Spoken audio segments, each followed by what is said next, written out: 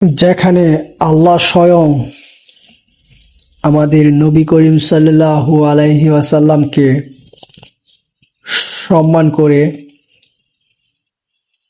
হাবিব এবং বন্ধু বলে সম্বোধন করেছেন এবং নবী বলে সম্বোধন করেছেন,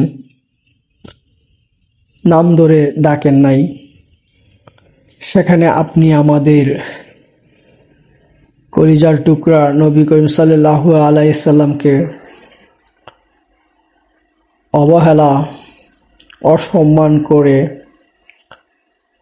কোন আল্লাহকে খুশি করাতে চান? এটা আমার প্রশ্ন। নিজের বিবেককে প্রশ্ন করেন, দেখেন আপনি কোন পথে আছেন। আমার তো মনে হয় আপনি ইবলিশের অনুসারী। আর যদি হযরত মুহাম্মদ সাল্লাল্লাহু আলাইহি সাল্লাম আমাদের প্রিয় নবীর অনুসারী হতেন, তবে তাকে নিয়ে কখনোই বাজে কথা বলতেন না।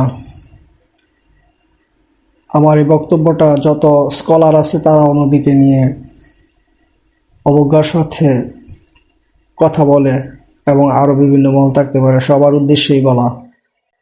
ঠিক আছে?